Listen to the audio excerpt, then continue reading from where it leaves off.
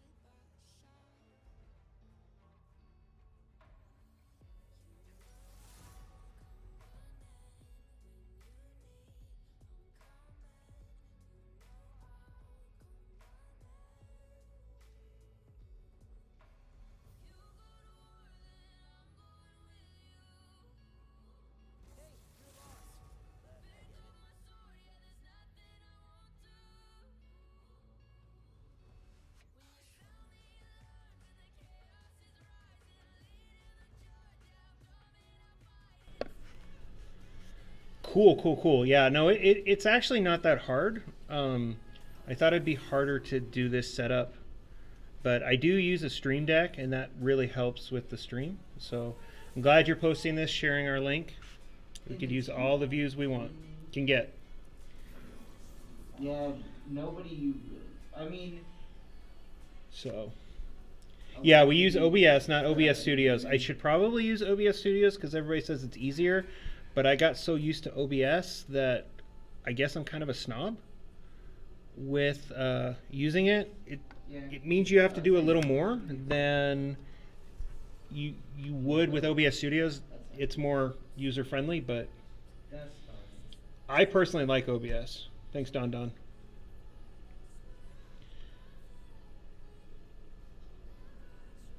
It's not like they're that much different. It's just OBS Studios kind of does a lot of the background for you.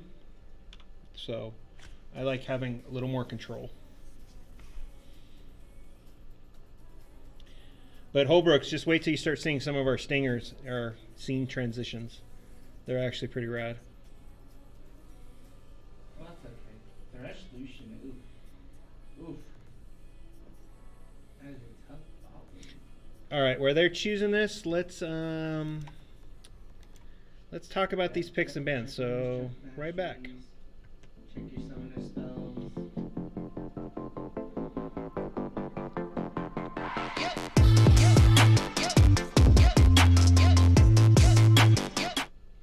Okay, guys, so picks and bans. We got about 3.5 minutes before the game begins for us on the stream.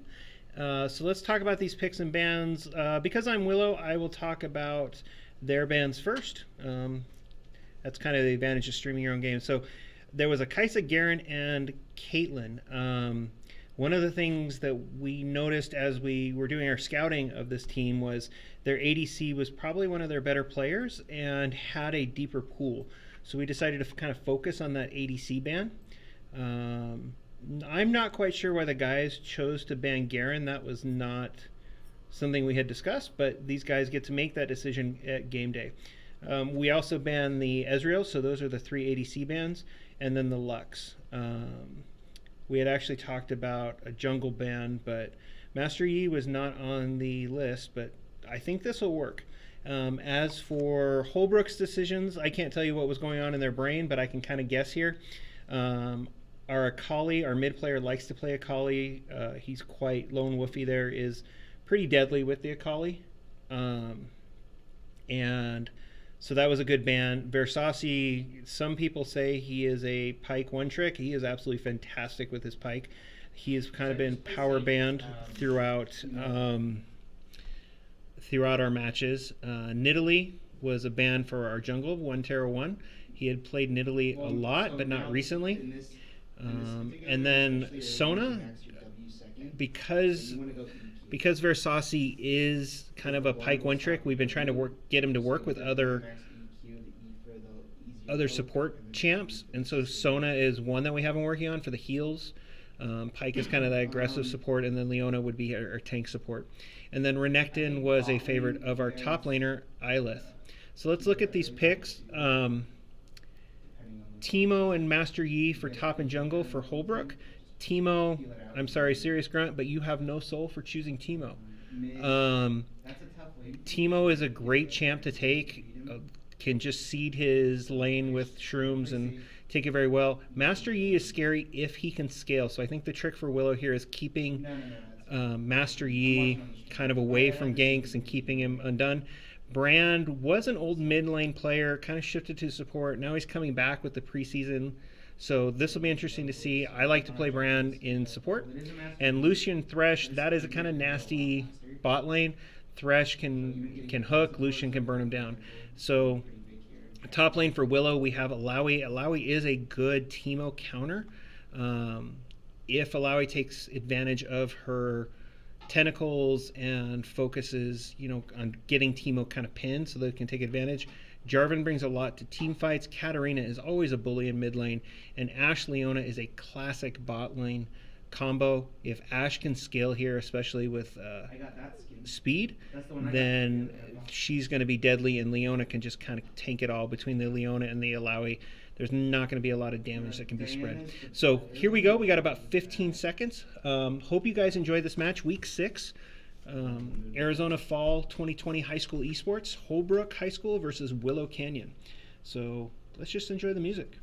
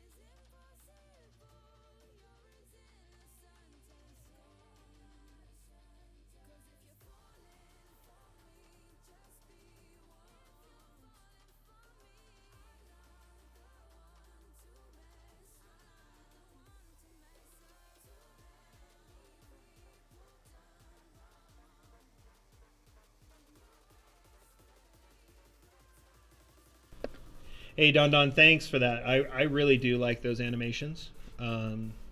We have another one that we had a baseline, and someone at our district decided they could do a little better, so they took it and they modified it. So we'll get that one up here between games, so keep watching. All right, it looks like I am loaded at 100%, so I should be loading into the game here pretty quick. I just had a conversation with my assistant coach about this combo. One thing that's kind of interesting is we didn't see this Teemo on the scouting report. The M6 Mastery Level 6 Teemo, 40,000 points. I think Serious Grunt likes to play Teemo. This is kind of a one true pair Teemo, and so that kind of changes how we're doing things here between the Alawi and the Teemo. So, well, once you're good with Teemo, you play Teemo. But I do think this bot lane, I think, is a pretty big mismatch in favor of Willow. I think the jungle is a mismatch in favor of Willow, but if Yi can kind of stay off the radar and scale, that's going to cause a lot of problems.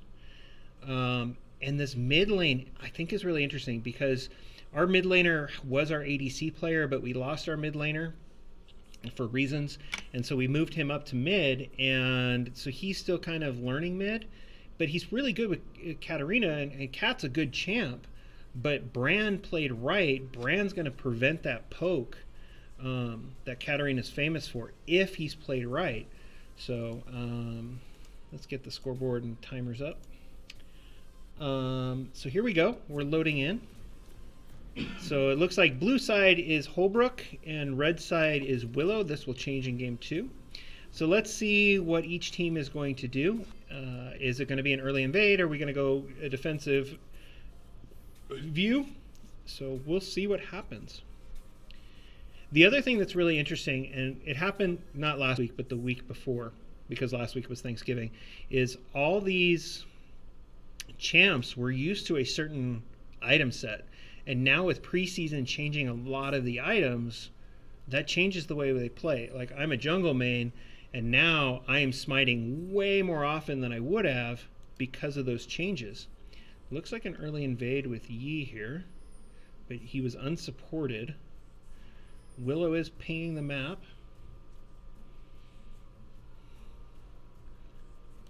So, looks like they're kind of protecting against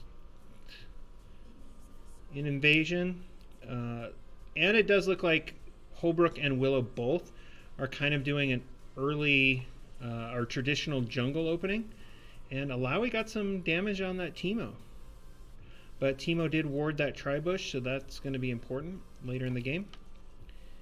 We have about 5 seconds. Holbrook starting off red and Willow Canyon starting off blue. Both teams leashing. I apologize if I miss some of the action. Sometimes I get distracted as a coach. I keep getting emails and everything else, and so I'm trying to pay attention. I have 3 screens here, and so I'm going to like all these different screens and looking and things else.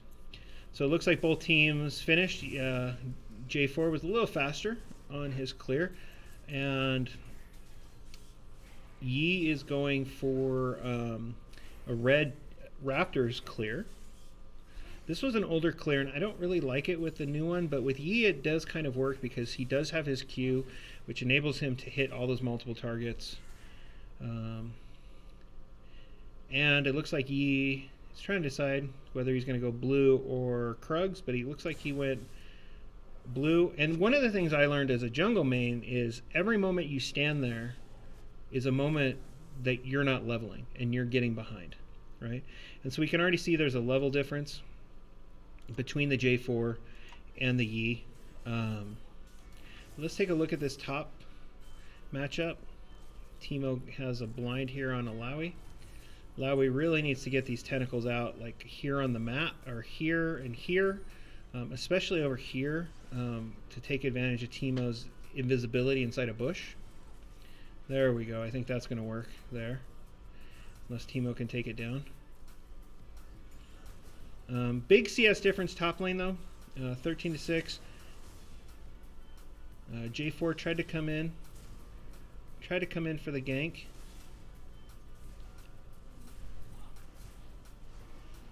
but Alawi is kind of low.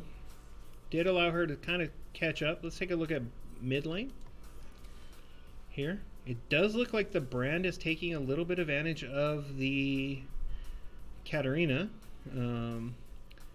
Level difference with CS is about the same.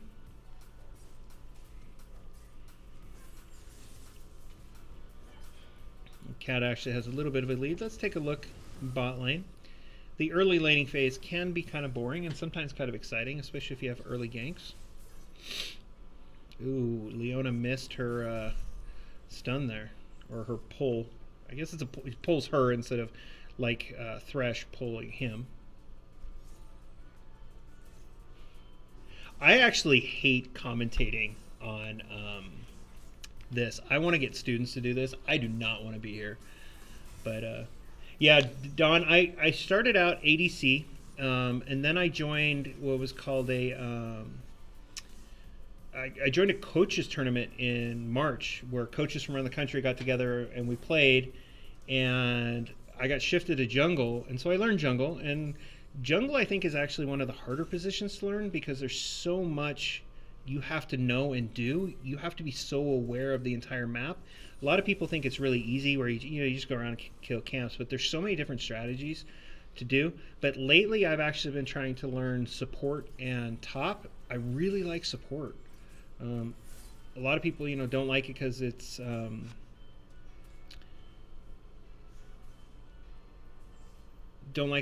of passive and you're not making those kills. But you can make a huge difference with the rest of your team there. So, but I do when I do support, I mostly play Brand or Swain. But here's what's really funny: since the patch, I've been playing Mumu support, which is really funny, right? No one expects a Mumu support, and you bring so much to the table, especially after level 6. So you guys should probably try that. The Mummy is fun as a support. Okay, let's take a look up here. So big CS difference here between the Teemo and the Alawi. Teemo is kind of bullying here with the blind, but no deaths, except for Brand did get a kill against the Katarina that I totally missed. Why I was... I can't figure out Pantheon at all.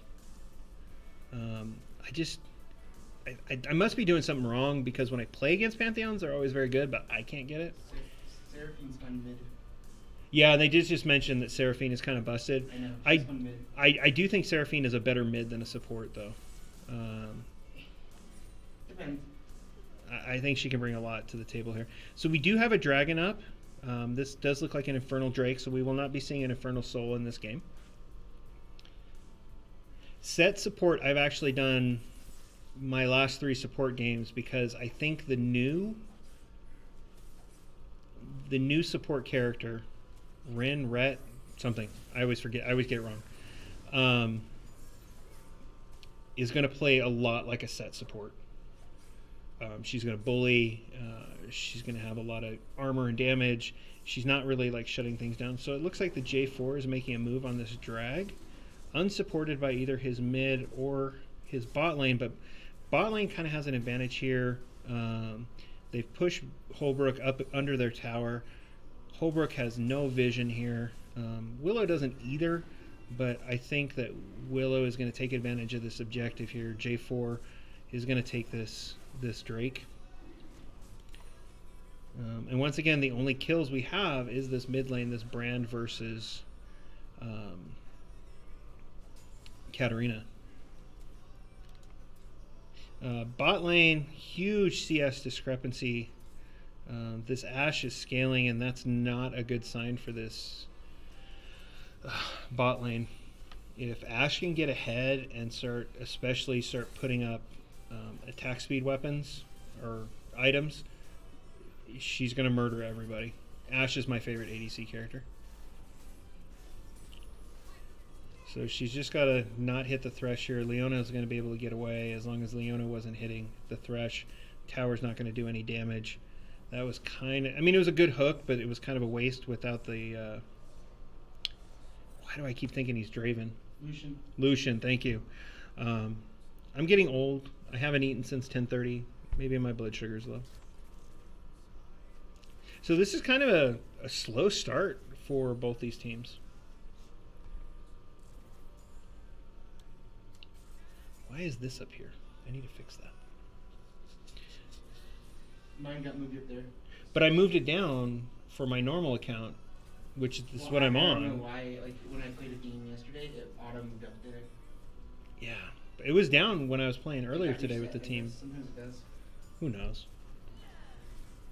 But it's weird because in spectate mode you can't grab it. Yeah.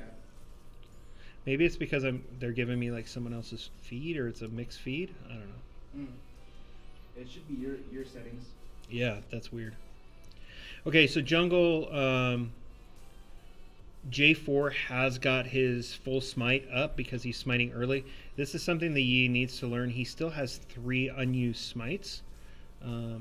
With this new preseason, that is a huge change in jungle. And if you're watching old YouTube videos where you're saying kind of conserve those smites, you can't use the first 5 on a champ at all. That's kind of interesting. I don't know why he didn't engage there. Probably because the Teemo could come down. Alright. I think that was more off good map awareness as opposed to anything else.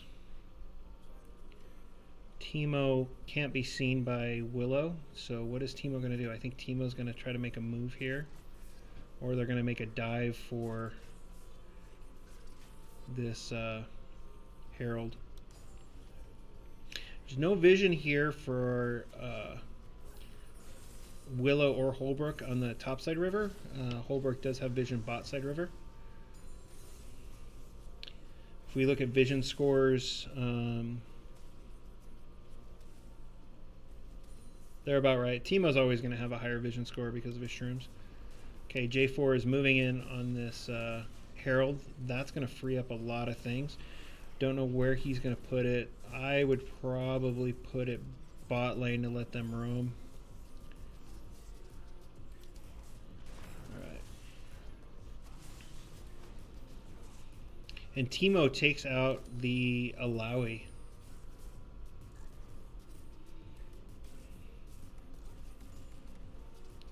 With no wave there, Teemo's going to clear those tentacles, which kind of keeps him safe.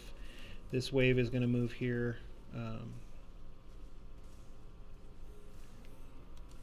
Both mid towers are relatively undamaged.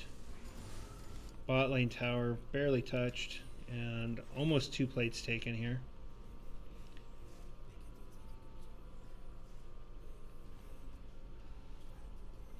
I'm wondering if they were thinking they were going to dive top lane. So, yeah, I don't know if that was the right use of a ward here by the E. I would have warded Dragon since Drag's going to be up in 42 seconds. It's an Ocean Drake, and so what we're going to see is either a Cloud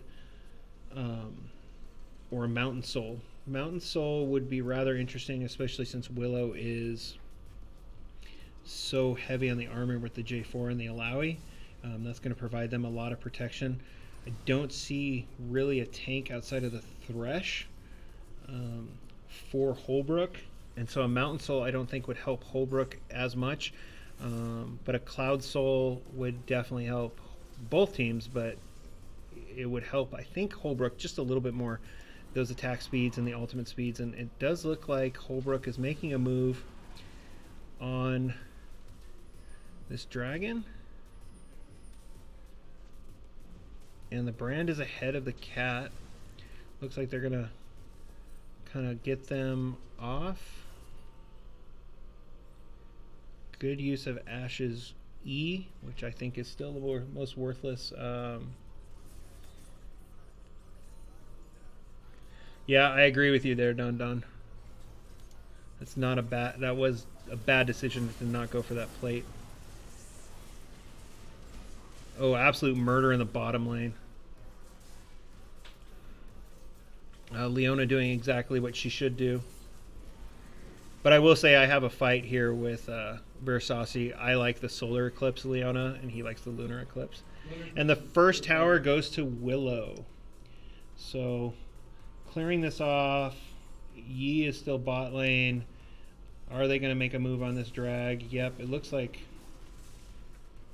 2 of them are there. The cat's going to bring this up. That bot lane, Ashe is keeping all of them occupied. Half that tower went down to another, or to the Rift Herald. This drag is totally 100% uncontested, and Willow takes the Dragon Soul. And it does look like we are getting a Mountain Drake, so it will be a Mountain Soul, which is going to provide a lot of protection for both teams, both AP and AD. Teemo's about 30 CS higher than the Alawi.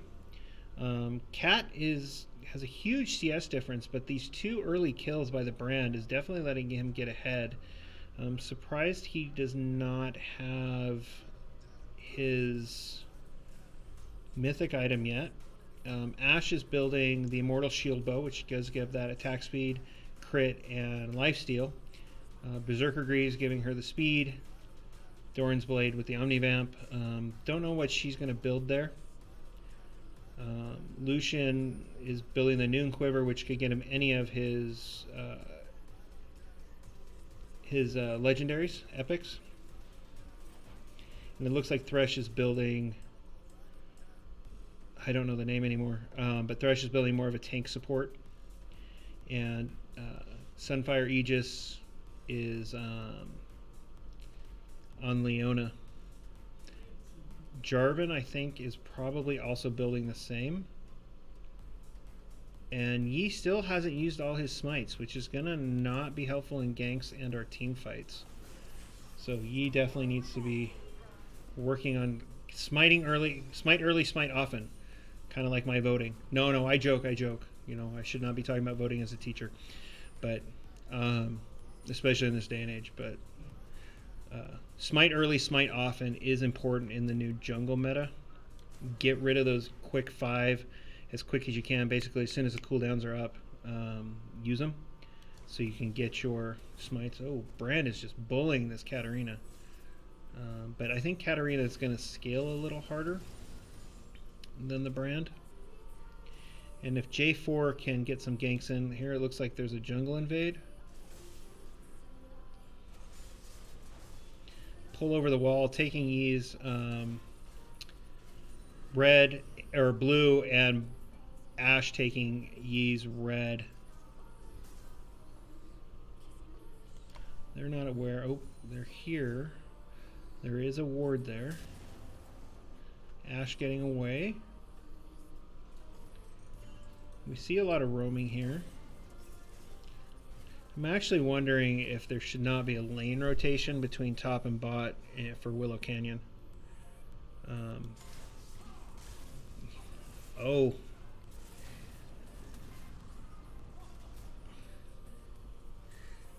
And Teemo almost takes down the J4, and there's just so much. I always call it dots, damage over time, and that's just Teemo. That's why they have no soul. I do like the new items. The only item I don't like, and I say this only when the opposing team has it, is Gore Drinker. Gore Drinker on top players is broken. I don't care who you're on, that is broken. But when you see it on an Aatrox, a Darius, a Garen, Cho'Gath, oh yeah, Cho'Gath for sure. Gore Drinker is broken. I haven't seen it on Wukong. I'll have to look that up. I haven't seen too many Wukongs lately, or Jaxes, outside of ARAMs. But I imagine that would be pretty harmful too. So it looks like we have a minute on the Earth Drake, or Mountain Drake. And Rift Herald is up. We're 17 minutes in. So the teams need to kind of pick this Herald up quickly. Otherwise he'll turn into the Baron and they won't have that advantage.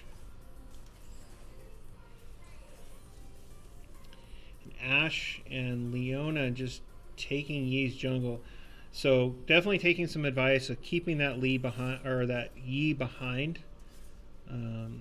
is super helpful here.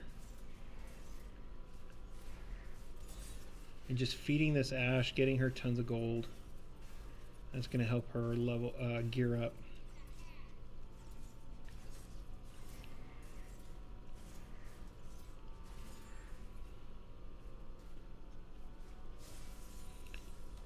J4 and Cat moving here mid. Dropping the second Herald. It's going to definitely take this tower. Will it get the other tower? Okay, we have a Yi and Lucian Thresh just messing around here. They did not see him at all. Great gank on the Yi who was going for the drag solo. That's one of the things as a jungle player you need to be aware of. You need to be aware of where the team is. You can't, unless you're hyper scaled, you know, if bot lane or mid lane drop in on you, you're probably going to have issues, especially if the opposing team's jungler is there. So this is a case where you can see on the map here that neither team had vision, except for Willow had this ward here, and so they could see Yi move up from the bot lane. They knew that was coming, so they hung out in River Bush and just waited till he was full engaged, and his eyes were probably on that drag and did not see Ashe coming in, did not see the Leona and the Leona stun that happened, and it gave Willow the drag. They have both heralds. This is going to be a hard place to come back from, but Holbrook does have this Brand who's been doing extremely well, and the Teemo. The Teemo is very far ahead, over 50 CS difference, 2 kills. Teemo can just start bullying, start dropping his shrooms all around. One thing I would like to see more from this Teemo is more aggression on this. See, this Alawi is going to be taken here. I'd like to see more aggression from the Teemo on this tower. He's wasting a lot of time here not taking this. This tower could have been taken a lot earlier. So one thing that Willow should probably do is collapse on this Teemo and get him behind. He's getting cocky, and having a cocky Teemo is never a good thing. Alright, so it looks like they're all pinging up here top lane. Maybe they are thinking about bullying this Teemo. Leona just roaming, getting vision. That vision is so important. Now they know where everybody is. That whole top jungle of blue side is taken. Teemo is pinging that both J4 and Ashe have their R, which is deadly because that's a lot of crowd control that they can use to lock down the opposing team when they get into a team fight, because now at the 21-minute mark we are moving into the team fight phase. Willow having taken both mid and bot lane towers. Only the base towers are left, mid and bot. Top lane, that's been brought down. That Ashe is kind of getting ahead here. 5 kills, no deaths. And the J4 moves in, and J4 can't even be hurt by the tower.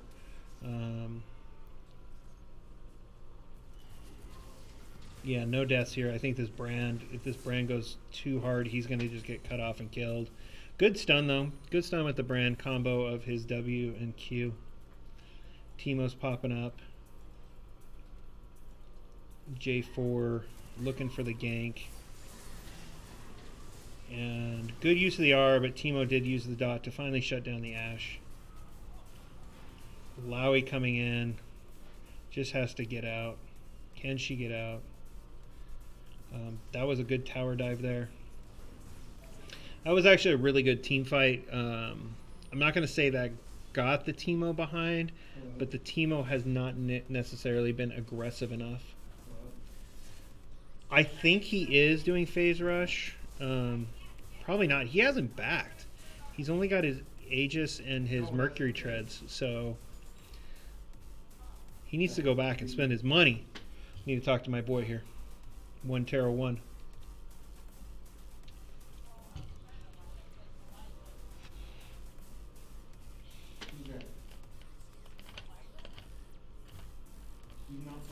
So it looks like Katarina's moving on this unsupported Thresh.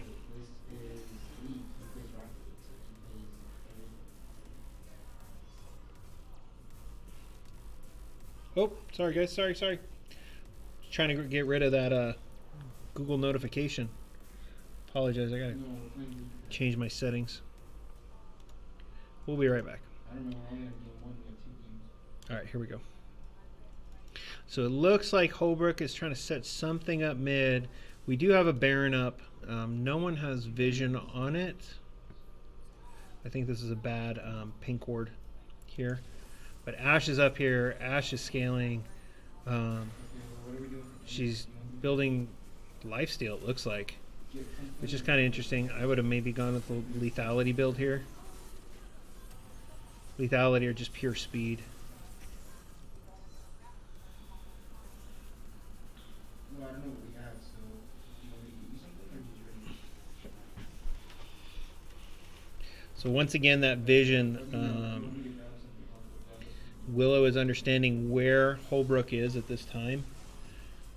Oh, I still have one. Able to get on that Teemo who was unsupported. One thing you're seeing here, and I know it makes me sound a little superior, and we're going for a Mountain Soul here. Willow has not done this actually in the last few games, but they are staying together as a team. And they are just absolutely killing it as a team, where you can see Holbrook is just kind of wandering off by themselves, which, if you look at our past streams, we do that too. And that's one thing myself and my assistant coach have been talking about is that's true, Don. You know, I don't like Katarina. I have a lot of strong feelings toward Katarina. Last year when we started, my mid laner played Katarina, and he was absolutely murder. I want to say our very first match, he had 48 kills, which is insane. He was a freshman. We took a trip to GCU, and the GCU players were all impressed. I'm like, hey, when are you coming here? And he's like, I'm a freshman. He's not playing for us this year, but maybe we can get him next year. But his Katarina was just killer. And then whenever there's a Katarina in ARAM, and I play a lot of ARAM, I do a series called Coach on an ARAM, How Not to Play League of Legends. If there's ever a Katarina or an Akali in the ARAM, that team wins. I don't know why that is, but it seems like they do, right? If Katarina's there, if Akali's there, they win. Sometimes an Aurelia, sometimes, a Kayle, but if those two are there, you've won. You have to work hard to lose.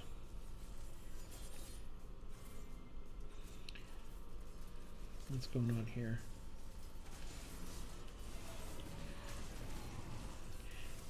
So, like, really, this is a matchup that should not have happened. That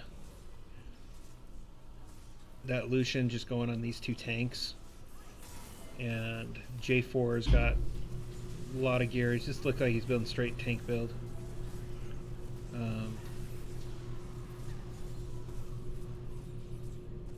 Brand taking out the J4 and the Leona. That was amazing. That Brand is definitely getting them ahead.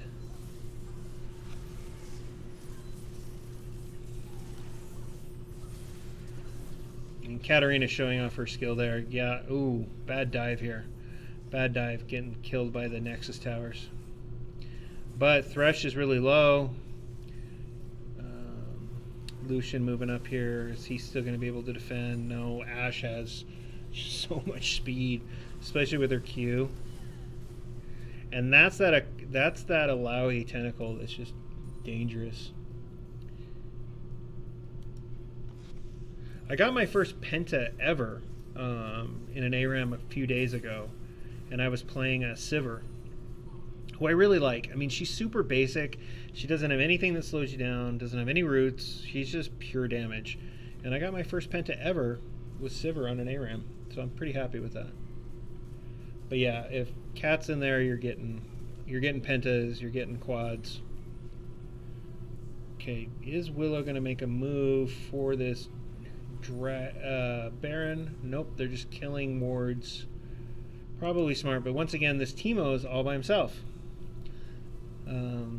Thresh is down here by himself. Brand was back at base. Who else are we missing? Where's Yi? I haven't seen Yi in a while. Oh, Yi's there with the Draven. I apologize. He wasn't completely by himself. He did have the Yi. But this Yi is really far behind, being 0, 6, and 1. Yi's power comes from scaling. One thing I am surprised about is the RJ4 here, 1 Terra 1, is only a 0-1 and 10. He's contributed a lot with those 10 assists, but he usually racks up quite a bit of kills here.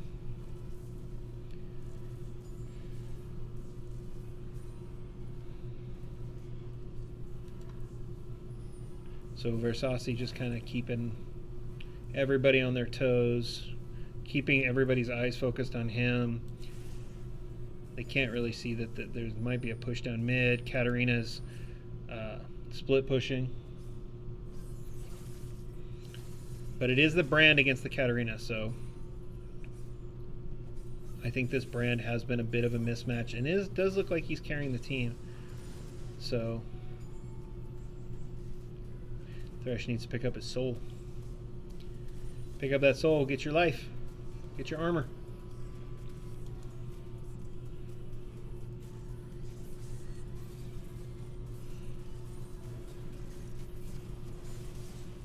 J4.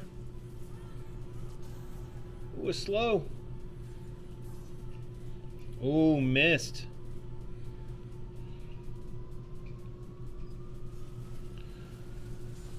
Wow, Ash with the lifesteal just burning through that Baron. So it does look like the first Baron is going to Willow along with Dragon Soul. Excellent timing on those objectives. So now with this Baron, they're going to go back, they're going to spend some more money. Ash, I think, will go full build here. Alawi purchased Tiamat. A little behind there with the Tiamat.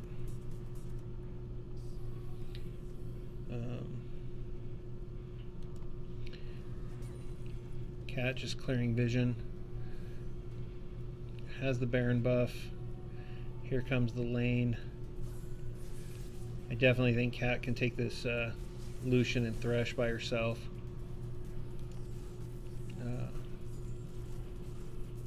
Teemo's trying to hold off mid. Leona just hiding here in the bush. I think waiting for the rest of her team. Oh, there is an Elder Drake. I think Willow's going to make a play on this Elder Drake. Leona trying to keep everybody off. Between the J4 and the Ashe, this Elder Drake will go down really fast. Here comes Ashe's Q. That's just painful. Keeping that vision behind, watching for the steal.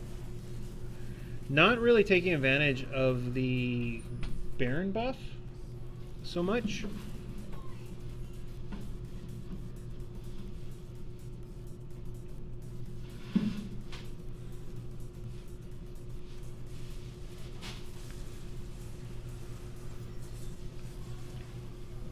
J4s are there. Going for a full clear. We're at 31 minutes, so they did not get the sub 30 bonus. So picking up in terms of tiebreaker points, picking up these towers and inhibs, really good for them.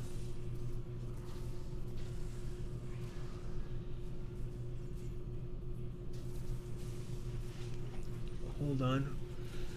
Looks like I'm getting a message from Play Versus.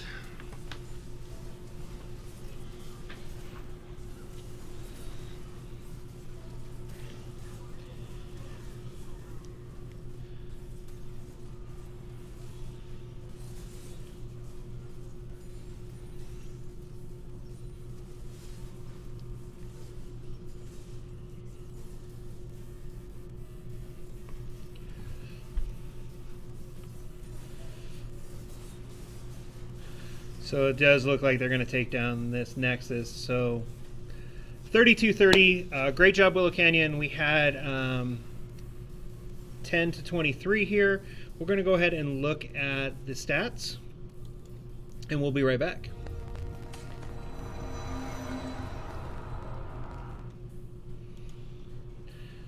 So looking at these stats here, we can see it's 10, 23, and 7 for Holbrook. 23, 10, and 37 for Willow. Great team fighting here. There was about a 15k gold difference. If we look at some of our advanced details here, let's go to graphs. Damage dealt to the opposing team. The Brand Teemo really carrying there. Ye really need to step up that game. Work on the ganks, especially topside. With topside and mid really kind of bullying Willow, Yi could have taken advantage there, got his score up. I will tell you guys this, just on the down low, our mid player and our ADC are dating each other, so that's, I think, going to be a point of contention tonight, that the mid got a little more damage than that Ashe.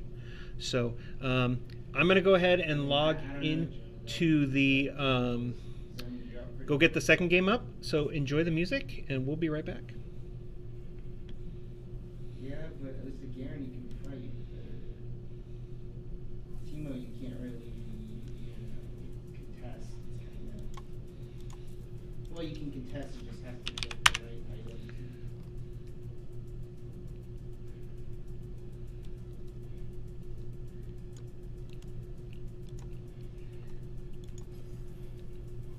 He's not. Andrew's not here, so we can't do a swap. I think it's too late because we have to switch our roster. Yeah, but I told him it was going to happen in advance. But Andrew never showed up. But he was supposed to play. He was. So. When you get him, he's playing. He doesn't have a choice. He's not here. He can't play if he's not here. Next time. Oh, I apologize. We're talking about our drafts here.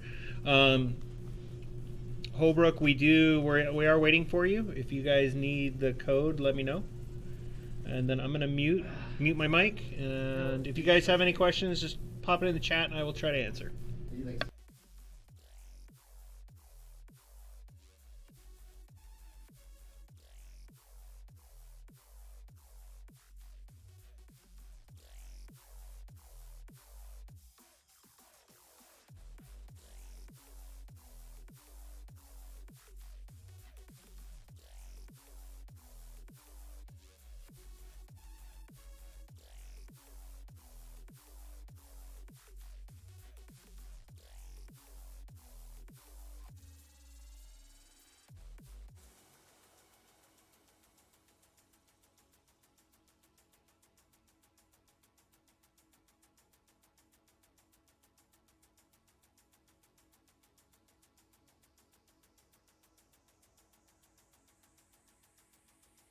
Hey, Westwood, are you guys there?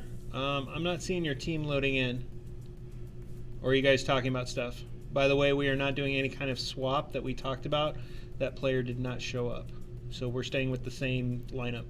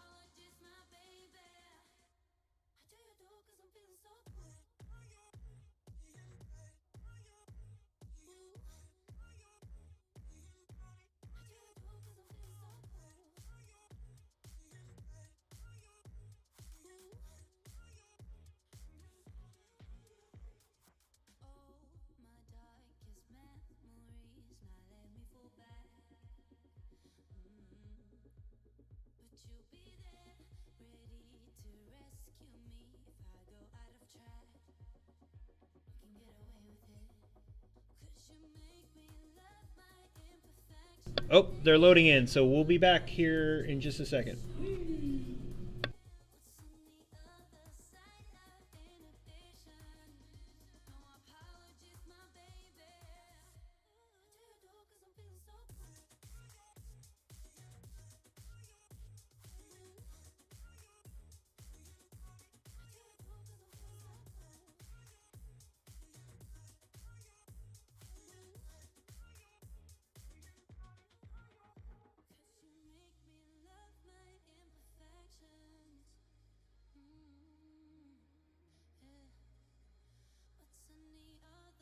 For those of you guys who are watching, Yes. is the music too loud, or how's the music level?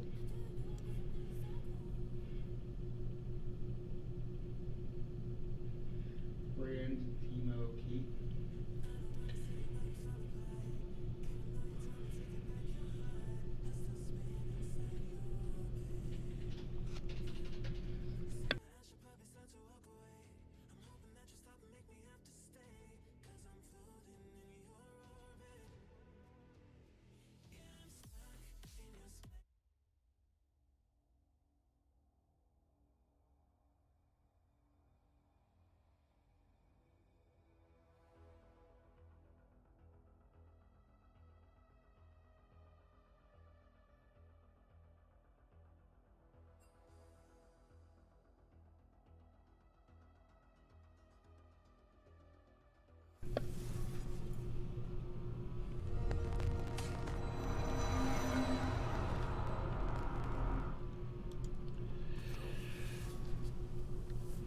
Okay, guys, we are back for Game 2 of Week 6's League of Legends match between Willow Canyon High School and Holbrook High School. The first match ended up with a win for Willow at the 32-minute mark. Let's see how this goes. We're going to go ahead and just enjoy the music, and you guys can watch these picks and bans, which we'll discuss after. Thanks, guys. Be right back.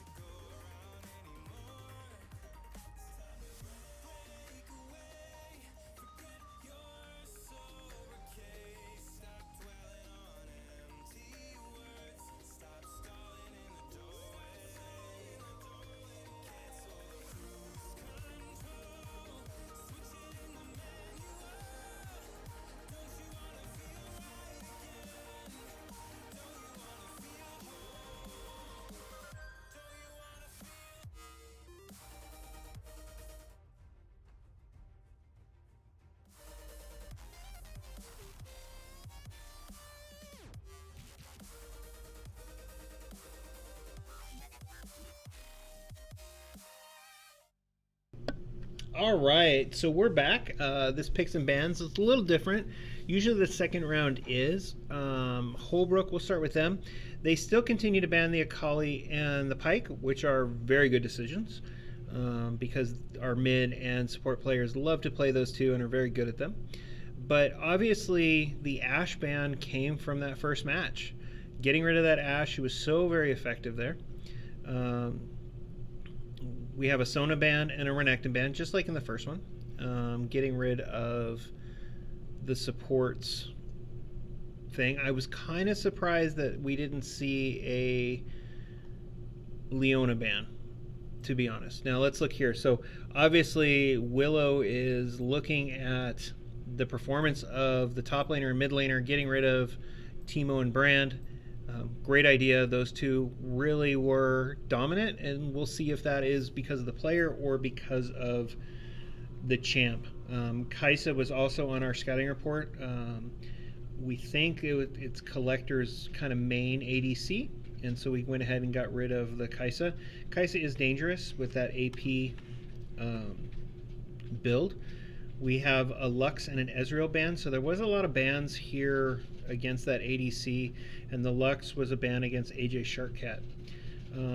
For picks, Willow went with Mokai. That is Eyeless, one of his tanky champions we have him working on. He is our lowest level player, so we're working on getting him comfortable in the top lane, and so we've focused on a few different champions to work on. Renekton was one of the first ones we did, which is why Renekton's gone here, but Mokai brings a lot to the table, especially mid to late game.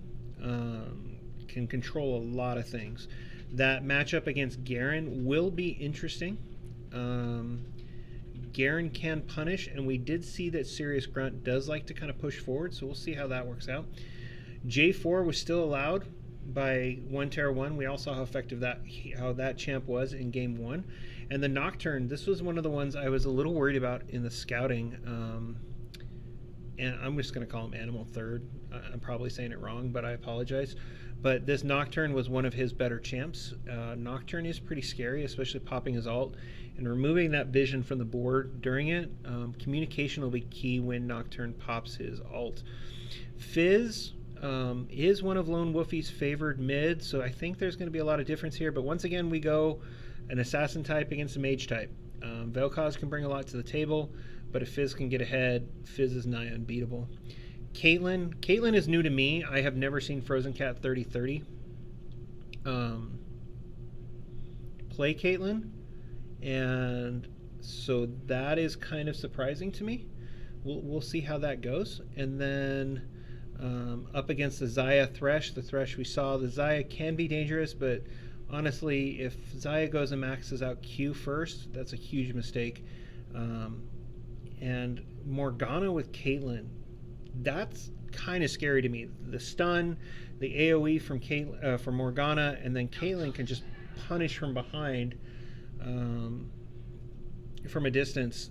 This is going to be an interesting matchup. Hopefully Holbrook can kind of bring their A game here. They were kind of bullied in the first match. So let's hope that was kind of an outlier, and we can see some more excitement on the bot lane.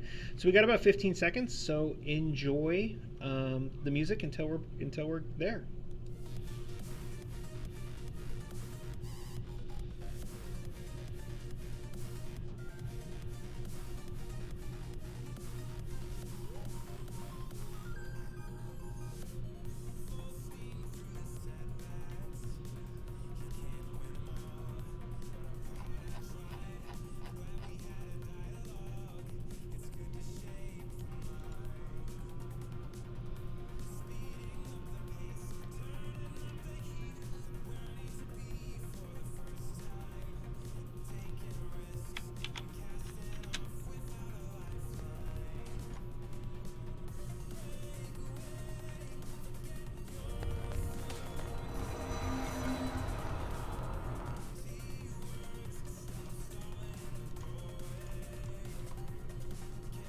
What the heck?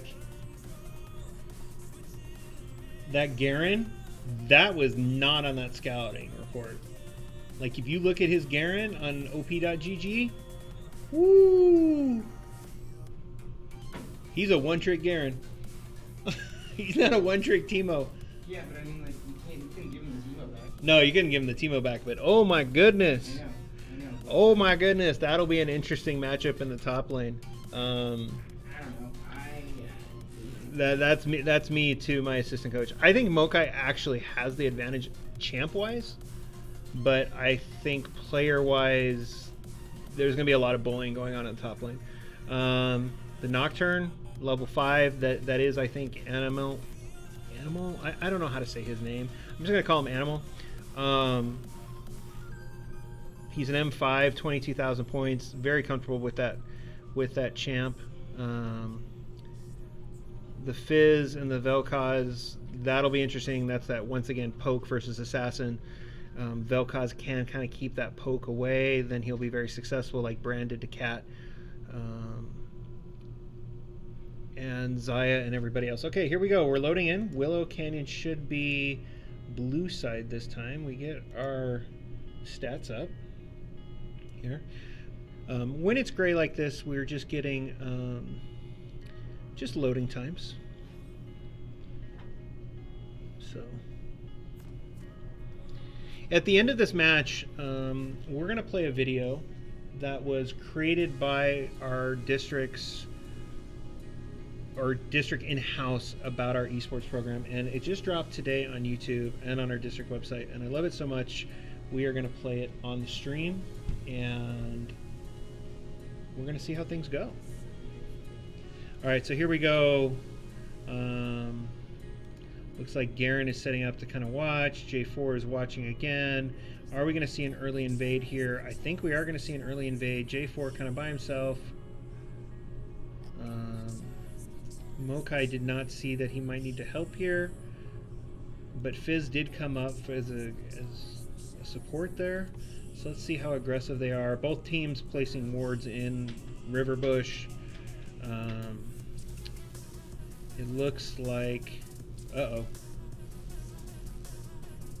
Game was paused. It looks like Lone Wolfie had a disconnect issue. And so the game can be paused up to twice for disconnect issues. We'll see how long it takes for him to come back. My players today are actually playing from home, and so I can't see them to know when this is coming back. Oh, it says Ilith has unpaused the game, so we're back. And Nocturne is starting red. And J4, I think, is moving toward red, which is going to give this Zaya a bit of a CS lead, as she's going to be alone there.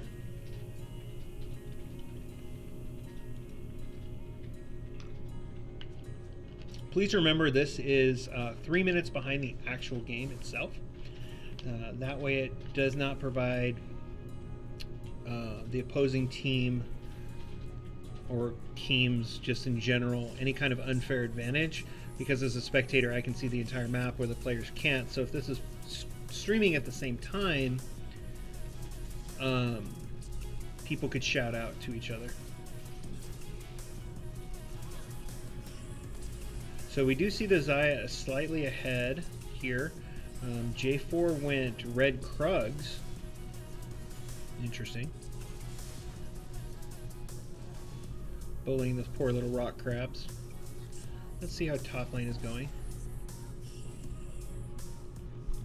Garen definitely bullying the Mokai, but Mokai got the level advantage. If he can keep up his little trees, that will help.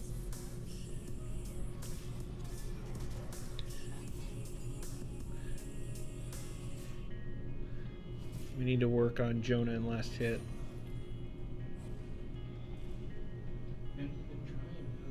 Yeah, I know.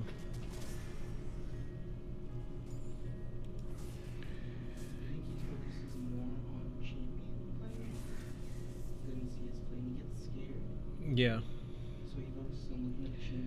So right here, this is my assistant coach and I were just talking, and this is kind of important for people starting out playing the game and are new. And one thing that happens is they focus a lot on the champion here. So Ilith is worried about this Garen, worried about what the Garen is doing, but in early game, getting the CS, getting that last hit on the minion is going to get you ahead. And taking some early damage from the Garen is okay, but you can see there's a lot of fear here. He's also got this Garen pushed up against tower, which means at level 4, there's not a lot he can do to dive to get that up. He would actually, I think, be better off kind of fighting here at the middle of the field, and especially warding the river to prevent a Nocturne gank, but there's no ward here. Vision and CS are two of the things I think all new players really need to focus on. One of the things, talking to other coaches, one of the drills that I like to do when I'm learning a new champ is I will go into Training Tool, and the first thing I do is it's just me against the waves. And I will try to hit 80 CS in 10 minutes. And until I get 80 CS in 10 minutes, I will continue with that drill on that champion. And then I will add a bot in there, a computer-driven champ, and try to work on that same 80, right? And we start out like a beginner, and eventually that's the goal. Because realistically, what's going to happen when you're in solo play, when you're in esports play, is you're going to be playing against really good people. And realistically, if you're getting about 50, 55 CS, you're doing all right at 10 minutes. Could you do better? Sure, but we're not all in the LCS.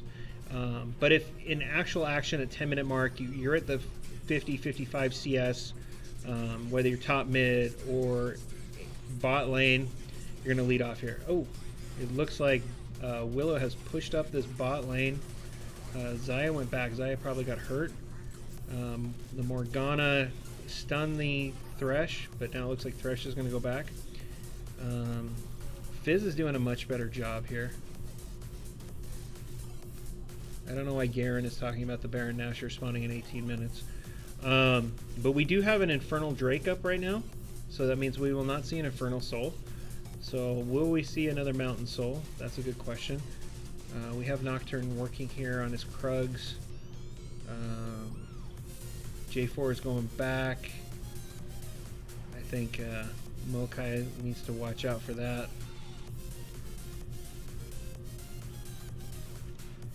It's a bad gank coming from back here. What he should have done was come down and through Tribush, and then Mokai wouldn't have seen him.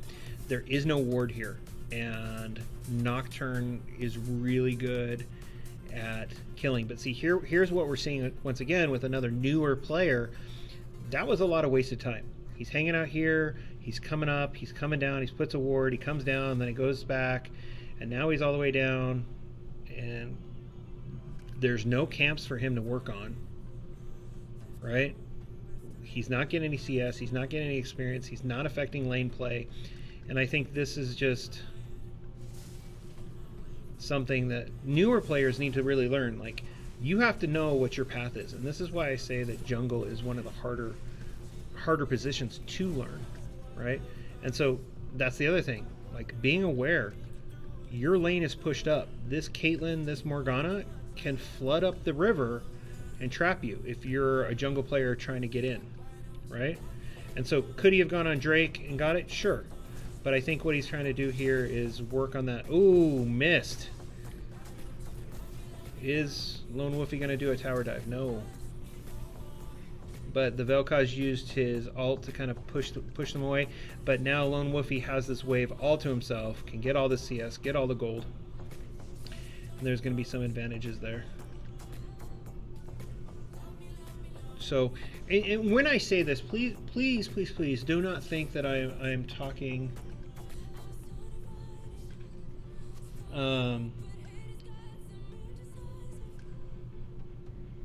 whoa, what's going on in my chat?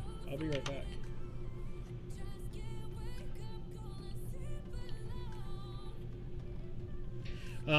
Please be aware that I'm not picking on the Nocturne. I'm not picking on the Mokai. These are just things that all players need to learn as they level up. I started playing League of Legends only in January. I had played Dota 2, so I had played other MOBAs, so I kind of knew what I was talking about. But every game's a little different. Their champs play different, their items play different. Smite is a little different than these two games. It's more third person, but the concepts are similar here. Do you have vision? Do you have control? Right?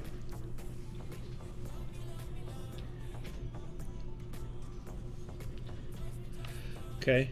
And we can see Ilis doing a lot better now, but still behind in that CS, right? Garen does have a kill, but Mokai is going to be building that Sunfire.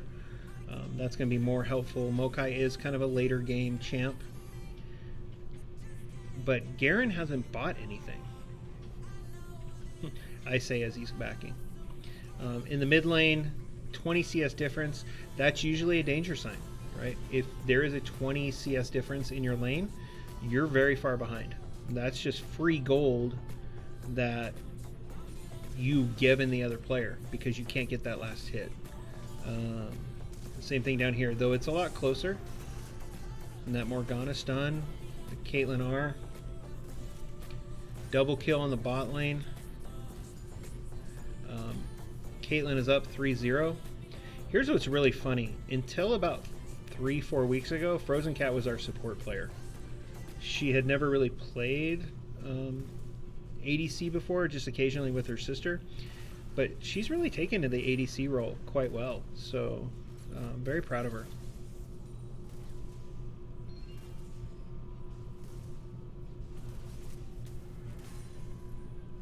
Yeah, I don't know why, Mshita, why you got timed out. I don't even think I have that as one of the blocked words. But yeah, this is, I mean, Willow too is making mistakes here, right? Their vision is not as good as it should be. There's like no vision right here. There's no vision bot side river. Nocturne can totally take advantage of this. Now we're 3 minutes behind, so it's not like their coach can turn, listen to my stream and say, hey, there's no vision in mid-river, but if this is a trend, that is something that they can take advantage of with that lack of vision there, right? Same thing, we're finally starting to see vision here on this top river,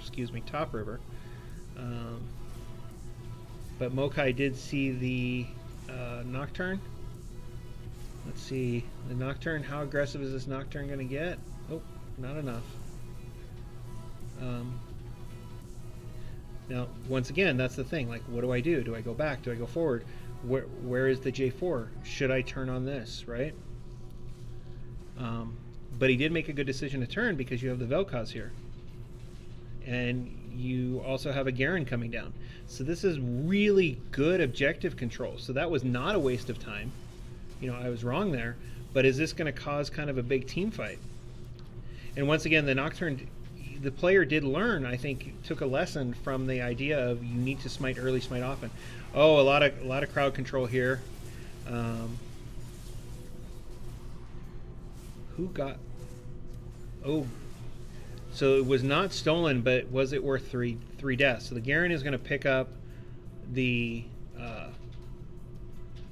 the Garen is going to pick up the Herald, which is probably going to create more of a lane disparity there in the top lane if the Herald can be used in that top lane. So that was a good kind of dive for the Garen, trying to get that Herald before. If Willow had killed that Garen and the Herald drop would have just kind of died out.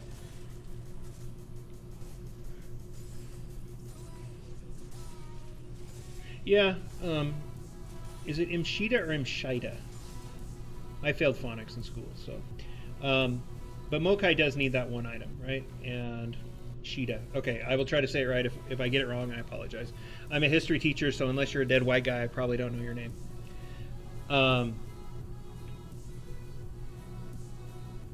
Yeah, I agree. You know, getting that Shida. So here again, we have the Nocturne doing a great job, knowing that the drag's up in 6 seconds, clearing that vision, keeping his own vision up. But does he have lane prio? No. His bot lane is totally bullied. The Xayah is almost dead. Willow does not know. And Nocturne doesn't really have a good dragon clear, as well as some other champs, and left himself wide open. Right? That's why I say like jungle is such a difficult position, because you have to be aware of everything. Your map awareness right here, so important. Bot lane didn't even have to come up. Vel'Koz, went back. Vel'Koz should have been collapsing on the drag to help out his jungler player, right? Fizz did the right thing, right? Dropped down to help his jungler.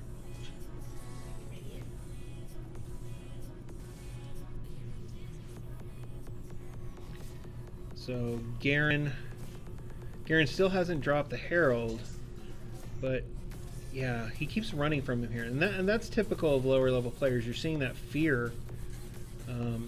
Here comes the Herald, probably going to take these 3 plates, unless the Mokai can get him after. Mokai really needs to focus on the Herald, so the Herald doesn't get a second tower. Okay, no, it's all right. It's all right. So first tower for Holbrook is a top lane tower with the Garen. Garen's just hanging out.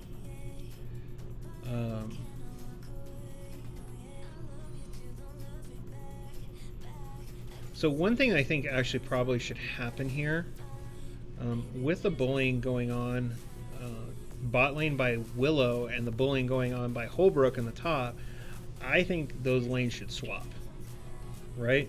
And so Mokai can sit there and pick up CS and scale against a much easier bot lane than this Garen, this M6, M7 Garen with 100,000 points on him. And Caitlyn, while can't really stand up toe-to-toe with him, working with the Morgana can really shut Garen down from a distance. But both teams seem to be moving into a team fight. We have an Ocean Soul that will be popping here. 2.5, well, a little more than 2.5 minutes before the next drag. We have 4 minutes on the Baron. Did somebody grab the second Herald?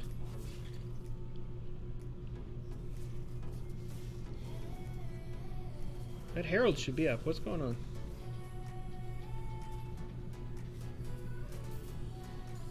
There should be a Baron timer. Okay, I'm just confused. Hold on, J4 didn't pressure knock enough, so knock hit 6 for free with lane.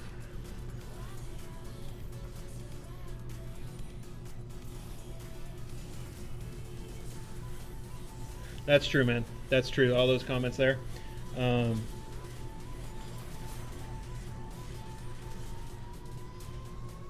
Garen does get away with a great flash there. But Nocturne does really rely on the other team making mistakes. Like, really helps with in team fights or if he's working with somebody. He can make some solo ganks, not as well as say an Olaf or a Warwick, but he does kind of rely on that drop. Now, I'm going to offer some advice, and it's free advice, so it's worth what you pay for it. If I was this jungle player for Holbrook, I would start trying to work on leveling an Olaf, a Warwick, maybe a Graves, because you have a lot more survivability than you do with that Nocturne if you do make mistakes. See, this is what we talked about here. This Morgana is bullying this Garen, which should never ever happen. If that Morgana and that Kate were working together, and see, we do have this switch here. Mokai making a good decision there, but the ward was there. That was good vision from Holbrook. Great job. He can collapse under tower here. He's got a lot of survivability. He's already got his Sunfire. I wish it showed me how much gold they had. Oh, here we go. The Herald is up. 18-minute mark. With Caitlyn providing all that damage.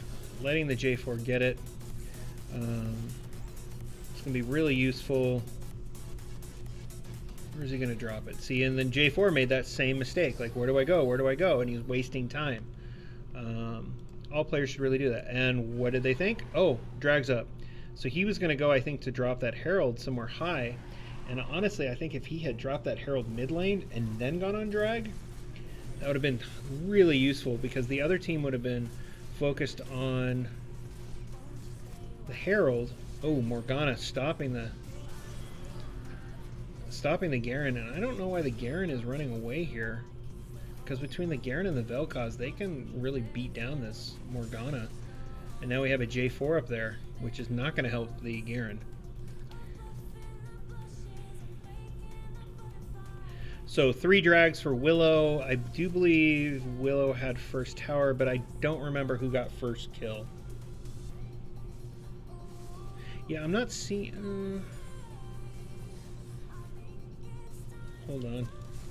Taking a look. Chat? No, let's kill the chat. Yeah, I just don't know how. And that's okay. That's okay. But we see about a 10k gold difference here at the 19-minute mark. A massive kill difference. This is really kind of telling here. And once again, what we're starting to see is one thing that I work on my players with is the solo queue mentality. Esports is different than solo queue. Yep, see, Garen can bully that Morgana. Getting together, that Xayah, the Garen working together could make quick work of the Morgana, but when you're just kind of playing by yourself like you do when you play League of Legends, you know, that leads to a lot of mistakes. And it's something I harp on my players a lot about because they do it often. They do it a lot. Last year we were very good. We were a top 10 team in the state. This year, kind of toward the bottom. We did have some roster changes and whatnot, and we are relearning those skills. So I think Caitlyn here is going to bully this Thresh. Thresh really out of position. Let's see, what did Caitlyn... Ooh, missed. What did Caitlyn build? Caitlyn went with Kraken Slayer, Zeal, so it looks like building speed. Yeah, it looks like she's building attack speed. The Xayah building Immortal Shield Bow. So how do you guys do it? Control X? Okay, cool. Learn something new every day. Nope, that's not working. Well then, let's try X here. Let's get the scoreboard back up. Oh, there it is. Nice. Learn something new every day. So we're looking at the total gold here. We can see a huge gold difference here between the Garen and the Mokai. The jungle position, 2k gold. That's just leading to more points. A 5k gold difference between this Vel'Koz and the Fizz. 9 kills. Same thing here with the ADC, about 4k. I don't do math, I do history, so... and about 4k for the Morgana, so there's just a huge gold difference there. And that's telling because with gold you get goods or items, and with items you win the game. Especially champs like Mokai, right? Mokai really kind of needs that up and pushing in. We got a minute and a half.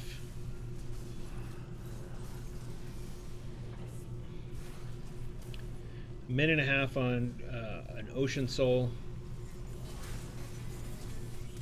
Garen did get his health back, but he's 1v5, and that's never a good decision. And I understand the frustration in this. I do it all the time, right? Like, you want to keep them away, but Willow is in control here. Willow decides these battles. And without kind of, you know, working as a team, it's going to be a real struggle for Holbrook to come back from this. And it does look like they're just going out on their own, doing their thing. J4 shut down. Good kill. Good CC there. I don't know what Eilith is doing. Moving in. Caitlyn just murder balling everybody. Good route by the Morgana. Garen is scaled though. That's impressive with his Deadmans and Infinity. I heard a theory that Garen and Darius should be building speed. All right, so game over at 23 minutes, 26 to 6 kills. We'll take a look at this here in just a second, and we will be right back.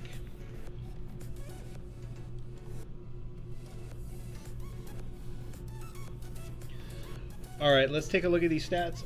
Hold on. Oops, my stuff came up. 26, 6, and 36. 6, 26, and 7. So we can see with this 36 and 7 that the team fights were much more Willow's way. And, you know, it's kind of important getting that team fight. We look at advanced details, let's go to graphs, and we look at this damage dealt. The support Morgana, look at that. That's monstrous. That is not what a support should do. But we see the Garen was there. The Xayah did a lot more. The Vel'Koz, I think Brand was probably a better choice, but the Brand did get banned. But guys, I am impressed. Willow's kind of been having a cold streak, so they definitely won today. And before we go, I would like to close out with a video that our district put together for our peeps, and I hope you guys enjoy this.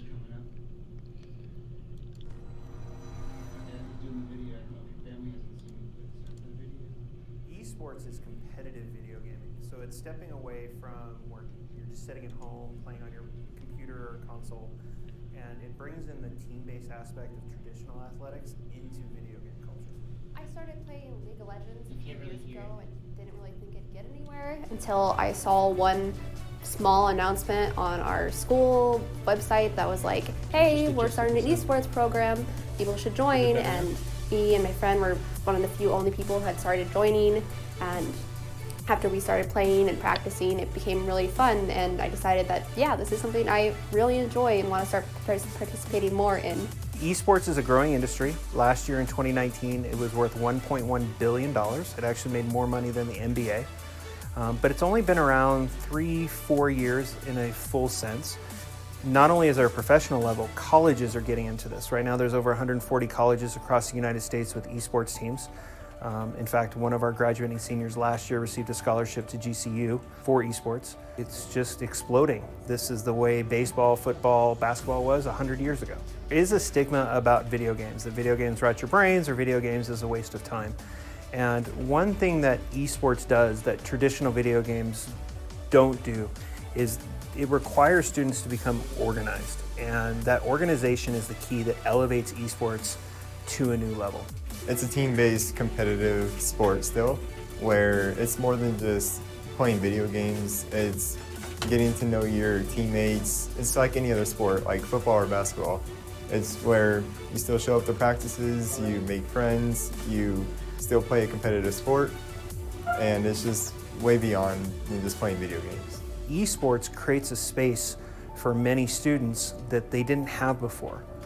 They felt ostracized, they felt left out, and now they have some place where they can go and they start building school spirit, they start buying into that they are one Willow, as well as the football team, basketball team, pom, cheer, band, and all those other programs that go traditionally in high school. Now we have something new and we're picking up students who would normally be excluded, and they're now included. Esports has made me a lot less nervous, and I am able to socialize a lot more. I was very introverted before esports. I didn't really participate much in the school, but now with esports, I really love participating in esports and being for interviews and doing articles and doing anything that relates to the esports club, because it's really something that I'm passionate about. One of the things I do when I talk about esports is I talk about not just what's going to happen here at Willow, I talk about what kind of possibilities there are for post-high school with esports. There are huge amounts of careers built on this. And so we can combine STEM fields, and we can combine the arts, and we can combine so many other things into this program. And as we've been building it over last year and this year, we're seeing so many possibilities. In the future, I would like to join marketing, because some people actually watch competitive esports and how you can get a job from marketing it. Students who come in, they're already excited because video games are fun. And over 85% of Gen Z and Gen Alpha do play video games. And so that's a natural tendency for them. But I can now show them that video games can take them somewhere. So when my grandparents made fun of me and said, hey, what are you ever going to do with video games? I can now say, well, look at all these careers and opportunities that can be provided. Brings people closer. It brings us together as a family, basically. But to join, you can play competitively, have fun, meet new people that you might have never met before. If you already have a hobby in video games and like competitiveness, this could be the thing for you.